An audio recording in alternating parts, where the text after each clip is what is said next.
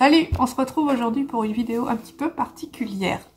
J'ai envie de lancer une petite série de vidéos pendant lesquelles je papoterai tout en travaillant avec vous et à chaque fois je choisirai un sujet dont j'ai envie de vous parler. Là, j'ai envie de vous parler du fait de travailler seul chez soi en tant que freelance et dans le domaine de l'illustration, de la création, de la peinture. Voilà. Sûrement que ce que je vais vous raconter va s'adapter à d'autres domaines, mais moi je vais vous parler de ce que je connais. Donc voilà, je vais me limiter à ce secteur-là et ça parlera peut-être à d'autres personnes qui travaillent dans d'autres domaines. Je me suis pris des petites notes à côté de moi parce que j'ai noté quelques trucs dont je voulais vous parler spécialement. Voilà, un petit pense-bête. Et puis devant moi, j'ai des petites choses à empaqueter. J'ai un colis à faire pour un point de vente. Colis qui n'était pas prévu, mais comme elle a pas mal vendu sur cette première partie du mois de novembre, enfin remarque il est bien entamé le mois de novembre, je me suis dit que j'allais lui faire un réassort, notamment de cartes postales, surtout de cartes de vœux. Voilà, c'est la période, donc je vais faire ça. Des broches, des coupelles et un petit peu de boucles d'oreilles. J'en vois peu de pièces, mais enfin peu. Une dizaine de broches, 5 ou 6 boucles d'oreilles et puis 6 coupelles. Ce qui est petit comme stock, mais elle en a déjà pas mal. Donc, puis je fais avec ce que j'ai surtout. Là, c'est un peu en urgence, je pioche un peu dans le stock que j'ai. Bref, donc on va parler du fait de travailler tout seul, chez soi. Certaines personnes le vivent bien, comme moi. Moi, je le vis très bien parce que j'adore ça. Je vais commencer à travailler, hein, donc je baisse un peu la tête, mais je continue à vous parler. Donc moi, j'adore ça. J'adore vraiment travailler chez moi, seule.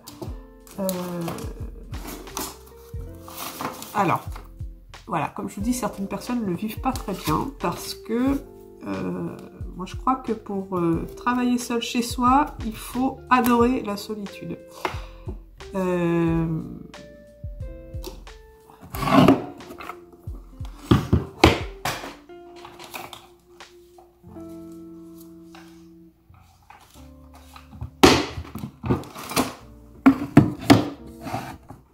Bon, déjà, pour travailler de chez soi, il faut adorer la solitude. Hein. Ça, c'est, à mon avis, une condition indispensable. Bon, moi, je suis quelqu'un de très solitaire et de très indépendant, qui aime bien faire les choses toute seule, à son rythme, tranquillement, et je peux vivre très longtemps sans voir personne. Donc, mon côté ours fait que c'est vraiment le cadre idéal pour moi, pour travailler. J'étais beaucoup moins heureuse quand je devais aller tous les jours en entreprise, voir des collègues. En fait, je m'en rendais pas compte que ça me convenait pas, mais avec le recul, je vois que j'étais pas à l'aise, quoi. Je suis en général pas à l'aise avec les gens, mais l'ambiance entreprise me convenait pas du tout.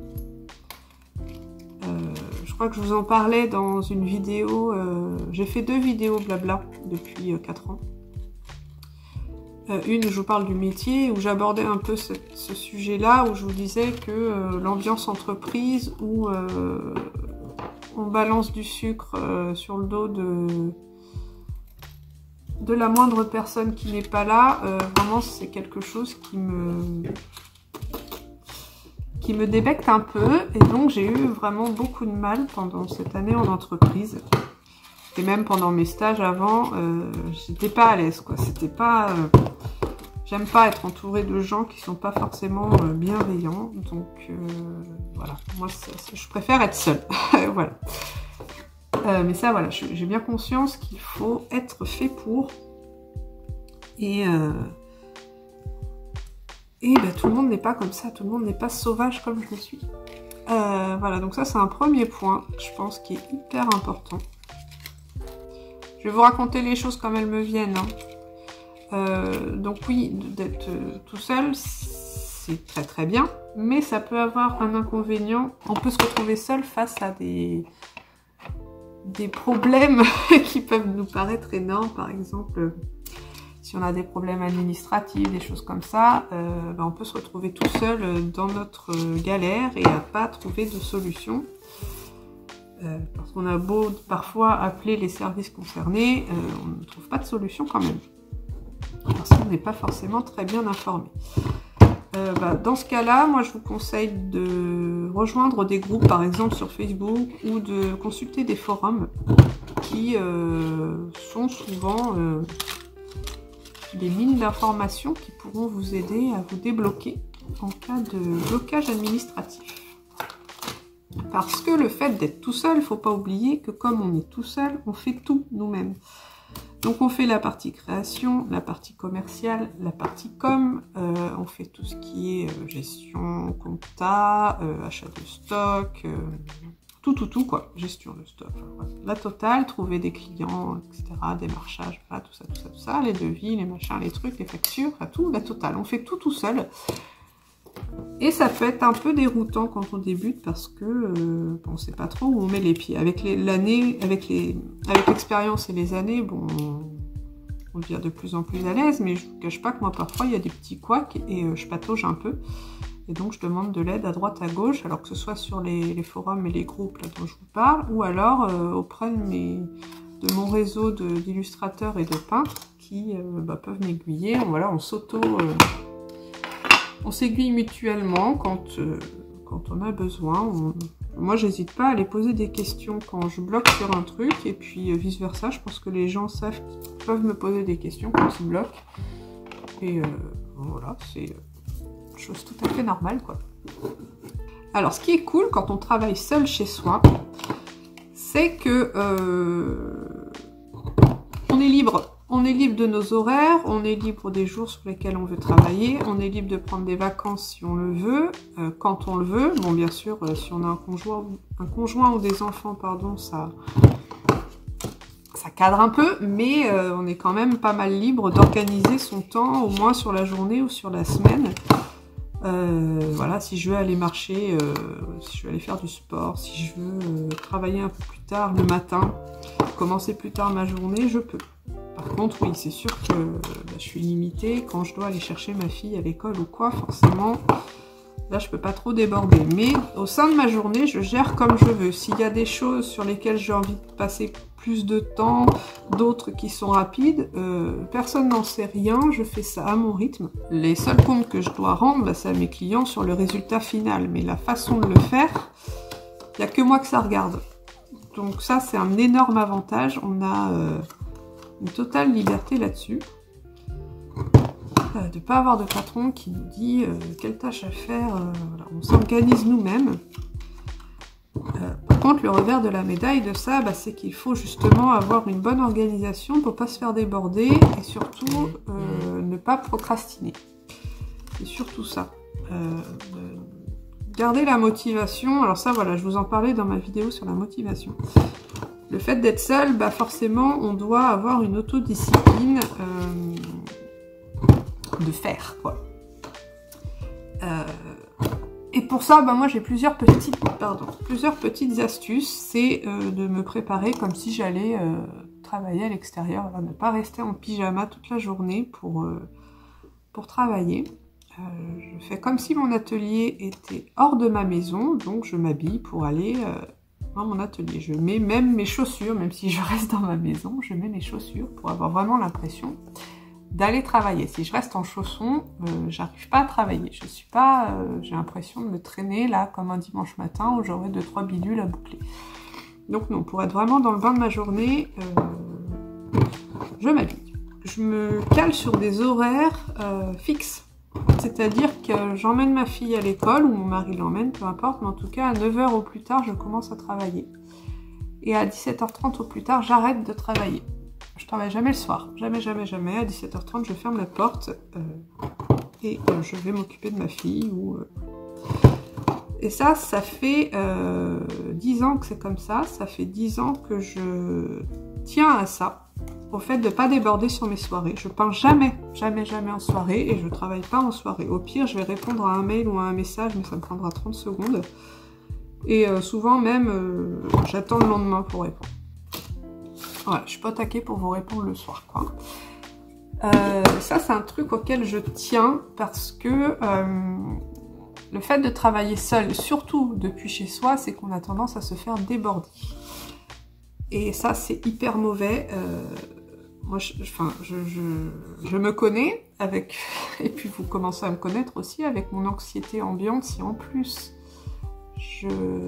j'arrivais pas à mettre de limites, ça serait l'enfer en fait. Donc je mets ces limites-là pour vivre mieux, quoi. Et puis vivre tout court, parce que la vie, c'est pas que le travail. Alors certes, on veut que notre entreprise marche, on adore ce qu'on fait, on veut avoir des clients, on veut honorer assez vite nos commandes, on veut que ça se passe vite.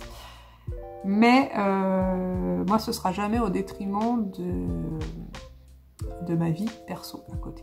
Je vous disais que c'était cool parce qu'on avait une liberté de planning, finalement. Mais on a aussi, ce qui est très cool, moi, c'est que si demain mon mari me dit, je suis mutée, voilà, on va habiter ailleurs, pardon, et ben, moi je peux travailler de n'importe où. Je peux emmener tout mon matos, tant que j'ai un atelier, un endroit pour travailler, je peux travailler de partout. Donc ça, c'est la liberté géographique, c'est vachement bien. Et encore plus pour les gens qui travaillent uniquement en numérique et sur tablette, alors eux, pour le coup, ils sont complètement nomades. Moi non. Moi non, avec toute ma peinture et tout ça, je ne suis pas nomade du tout, mais je pourrais aller travailler dans une autre ville sans problème. Ce serait vraiment pas un souci.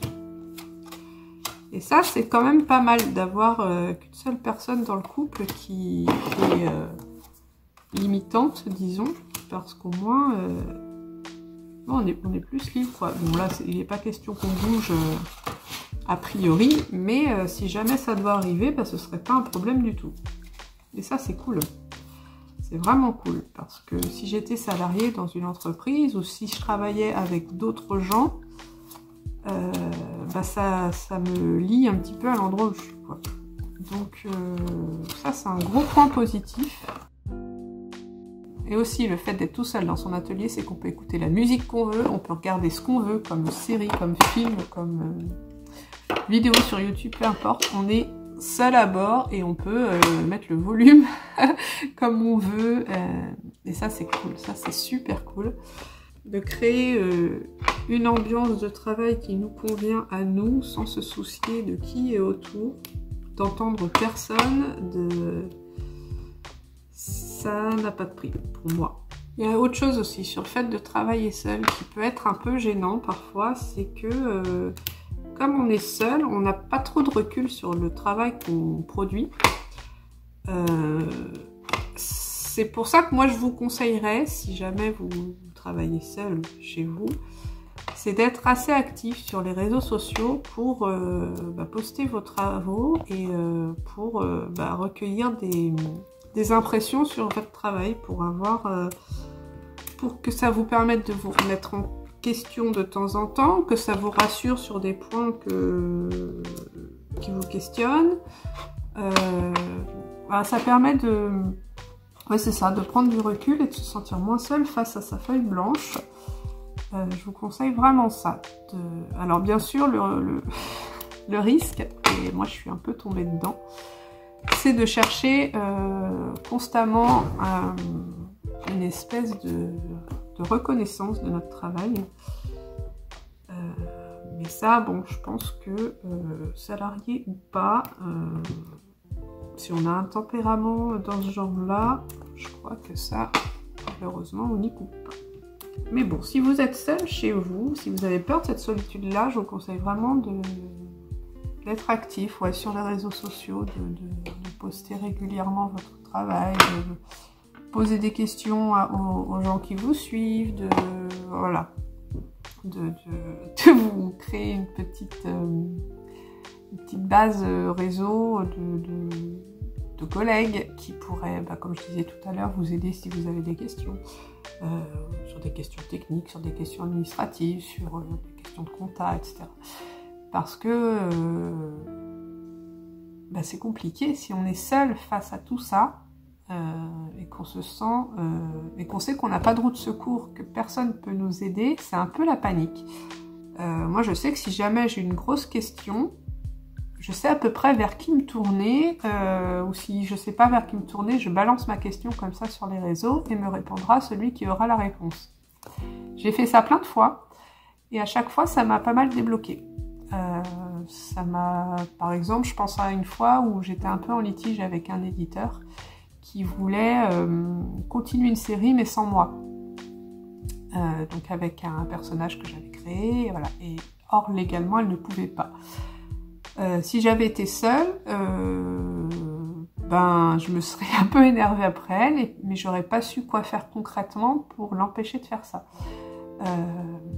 Donc là j'ai posté mon problème sur Facebook et puis quelqu'un, un auteur ou illustrateur, je sais plus, qui a un peu de bouteille et qui du coup a su me répondre, a su me dire quoi faire et a su aussi m'aiguiller. À l'époque, j'étais à la charte des auteurs et des illustrateurs. Je crois que j'y suis plus d'ailleurs, faudrait peut-être que j'y remédie.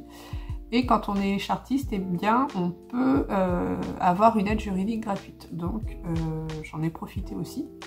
Et j'y avais pas pensé sur le moment. Donc, c'est cette personne-là qui m'a conseillé. Je crois que je lui avais aussi montré la lettre recommandée que je prévoyais d'envoyer à l'éditrice. Il m'a aiguillé un petit peu là-dessus. Toujours sur les réseaux, quelqu'un qui peut nous aider. Comme je vous disais tout à l'heure, quand on est seul à bord, on fait tout.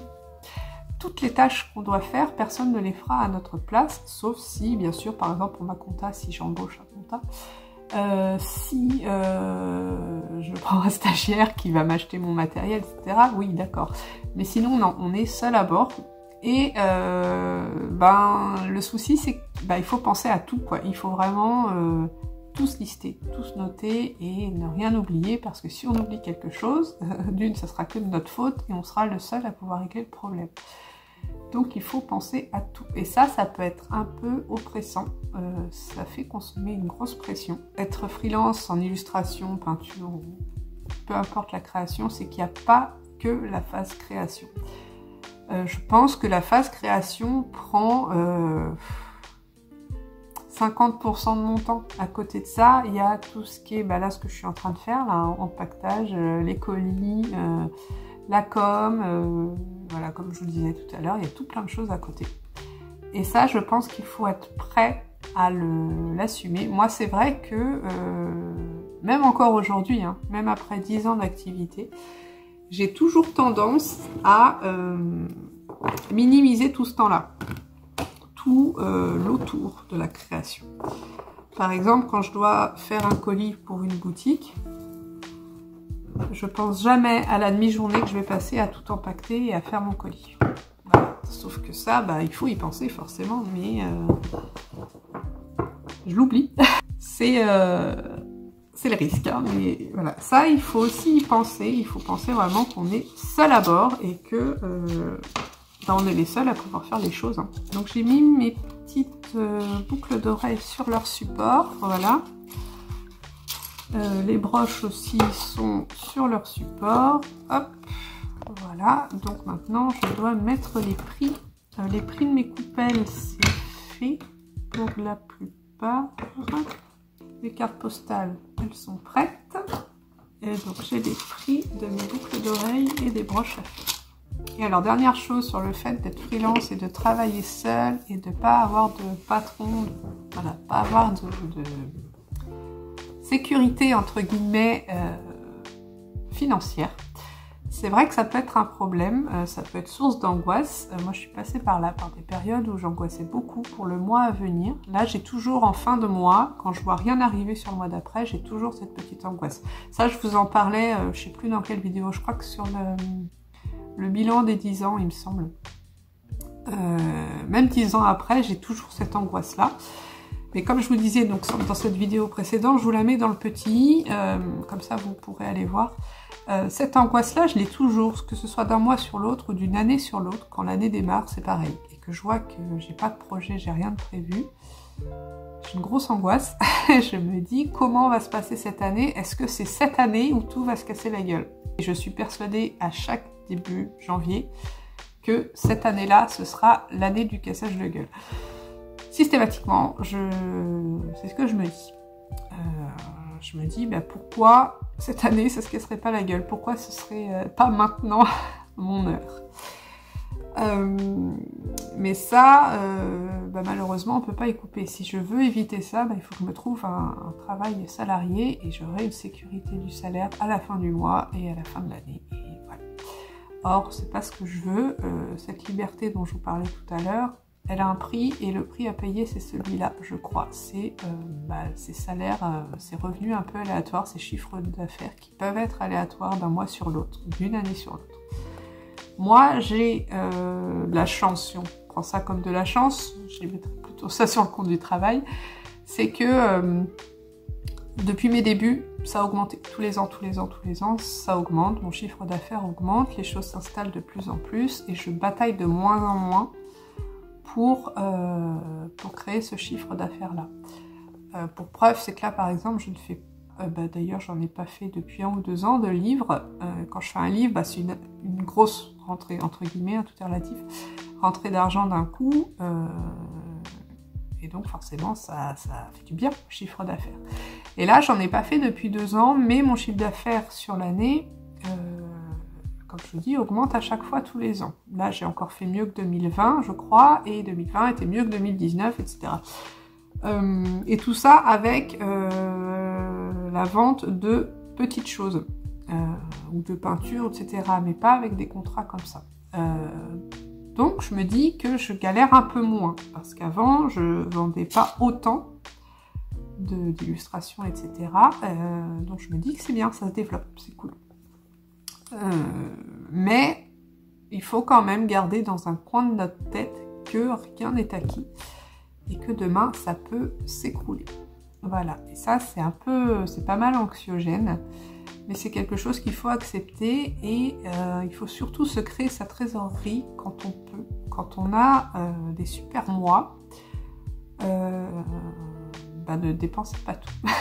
Déjà, il faut se créer sa trésorerie pour payer tout ce qui est URSSAF, IRSEC, etc., les impôts, et notre matos, et de quoi vivre. Il faut vraiment se créer des petites provisions pour tout ça.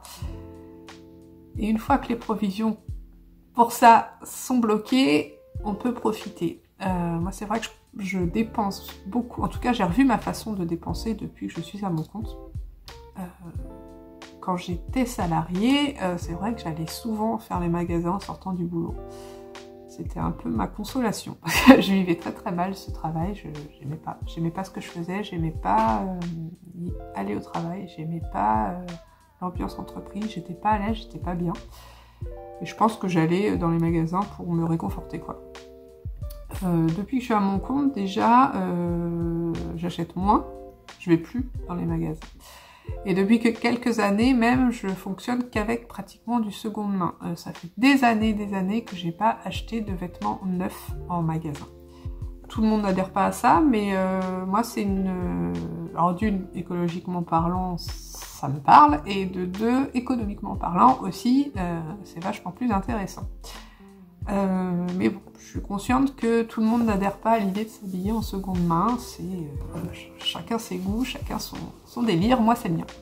Tout ça pour vous dire que si jamais mon niveau de vie avait baissé, alors il a baissé les premières années, hein, bien sûr, non, pas niveau de vie, c'est pas le bon terme, parce que comme mon mari travaille, mon niveau de vie n'a jamais changé. Mais comme mes revenus ont baissé forcément les premières années, bah, j'ai revu ma consommation autrement. J'ai arrêté de dépenser parce que je le pouvais avant, j'avais un bon salaire et je me posais pas de questions, je voulais un truc, je l'achetais. Voilà. Là, déjà je tourne autour du pot pendant un moment et puis comme je vous dis, c'est du second main principalement maintenant aujourd'hui. Même si aujourd'hui je pourrais me permettre d'acheter plus de neuf parce que là j'ai un salaire tout à fait convenable. Mais le fait d'avoir cette incertitude sur mes revenus me fait être hyper prudente avec mes dépenses. Surtout qu'on a des frais à côté, enfin, avec les travaux dans la maison, tout ça. Et quand on a un enfant aussi, ça change un peu la donne. Enfin, tout ça pour vous dire que les mois sont aléatoires, c'est le jeu, il faut l'accepter et on s'y fait. On s'y fait même si les questions, les doutes, tous les mois reviennent Là, par exemple, pour décembre, je suis pas certaine que ma fin d'année sera excellente, j'en sais rien. Tout dépendra des ventes que je vais faire dans mes points de vente, sur ma boutique Etsy et en galerie, et voilà. Tout dépendra de ça parce que je fais pas de salon. Je fais pas de salon et pas de marché cette année encore, donc tout dépendra de vous.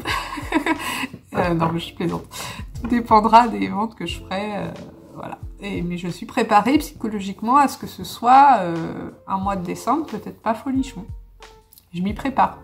En soi, ce serait pas dramatique cette année parce que mon chiffre d'affaires sur l'année est bon, donc ce serait pas très très grave, mais ça serait juste vexant, quoi. En gros, c'est ça. En tout cas, si je résume depuis 10 ans, là, le fait de travailler seule, je pense que c'est vraiment ce qui me convient. Je le disais dans ma vidéo sur le métier, je crois qu'elle date de 2017 ou 2018. Non, 2017, cette vidéo, et je vous disais déjà à l'époque que je savais que c'était quelque chose qui me convenait, que j'étais à ma place en travaillant toute seule chez moi, et que c'est... Moi, la question se pose même plus. Je pense même que j'aimerais pas avoir un atelier partagé. Je pense que ça me plairait pas trop. Parce que dès qu'il y a quelqu'un à côté, je travaille pas de la même façon. Je suis moins dans ma bulle, je suis moins concentrée et j'ai vraiment besoin d'être seule pour peindre et pour créer. Donc moi, j'ai trouvé mon endroit, j'ai trouvé ma façon de travailler. C'est parfait pour moi. Après, à vous de voir si ça peut être parfait pour vous ou pas, ou si vous avez besoin de vous entourer un minimum. Donc dans ce cas-là, comme je vous disais, il y a la solution des ateliers partagés. Des espaces de coworking. Ou alors, vous avez une autre solution, c'est si vous connaissez un artiste ou quelqu'un qui crée, qui voudrait bien venir travailler avec vous, juste pour avoir de la compagnie, si vous avez un espace pour l'accueillir, ou inversement, vous allez travailler dans l'atelier de quelqu'un d'autre. Je l'ai fait de temps en temps avec une amie qui était créatrice de choses textiles, laine, etc.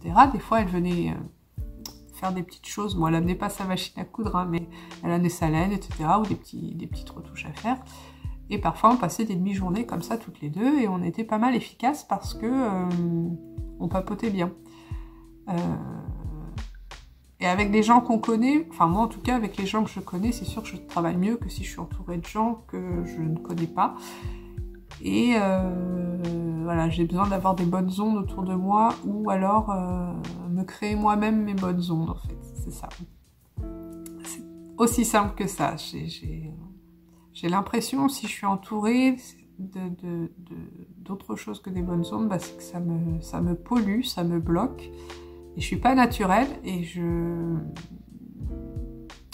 peux pas créer si je suis pas moi-même, je peux pas, c'est pas possible en fait, techniquement j'y arrive pas, je bloque complètement. Si la solitude vous fait peur dans le fait de travailler seul, il y a toujours des petites solutions, que ça peut être génial, vraiment, d'être seul. Finalement, les journées passent très très vite en fait. Je regarde des choses sur YouTube, je vous parle des fois de temps en temps comme ça. Le fait de faire des studio vlogs, de poster sur les réseaux, ça fait qu'on se sent un peu moins seul parce qu'on papote comme ça de façon virtuelle, mais on papote quand même. Et après, pour sortir de sa bulle, il y a aussi tout ce qui est marché, salon. Si jamais vous voulez animer des ateliers, c'est possible aussi, que ce soit chez vous, si vous avez la place, ou ailleurs, dans des endroits faits pour. Il y a toujours quelque chose pour casser un petit peu cette routine solitaire, là, si jamais vous en avez besoin. Voilà, pour ce petit papotage, je vais aller terminer mon colis. J'ai pas fait grand-chose en vous parlant, c'est vrai, mais j'arrive pas à faire deux choses en même temps. Bon, j'espère que cette petite vidéo vous a plu, cette vidéo blabla sur la solitude à l'atelier. Je pense que je vous proposerai d'autres vidéos dans ce genre-là, soit en peignant, soit en faisant des colis, ou peu importe, qui seront en dehors de mes vlogs. En fait, ça sera des sujets vraiment précis sur lesquels je voudrais papoter avec vous. Je ne sais pas encore le sujet de la prochaine. Ça évitera d'être trop figé comme ça, et puis de, entre guillemets, pas perdre mon temps. Même si je perds pas mon temps en vous parlant, mais en tout cas, j'optimise le temps que je passe devant la caméra pour faire des petites choses que j'ai besoin de faire. Je vous fais des bisous, merci d'avoir regardé, n'hésitez pas à commenter, à liker, à partager comme d'habitude, ça soutient ma chaîne et ça me fait très plaisir. Et à bientôt. Bye.